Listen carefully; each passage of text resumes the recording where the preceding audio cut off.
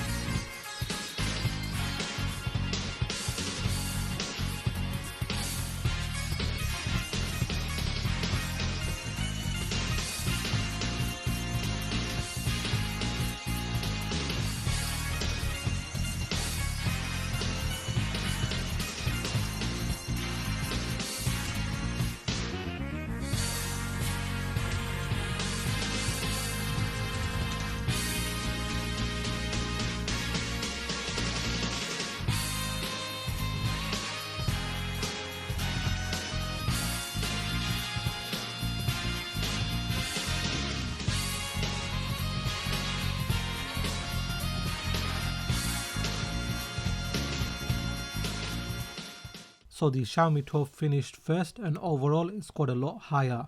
Now in the breakdown of the categories, apart from the CPU, the Xiaomi 12 scored higher on each of the categories.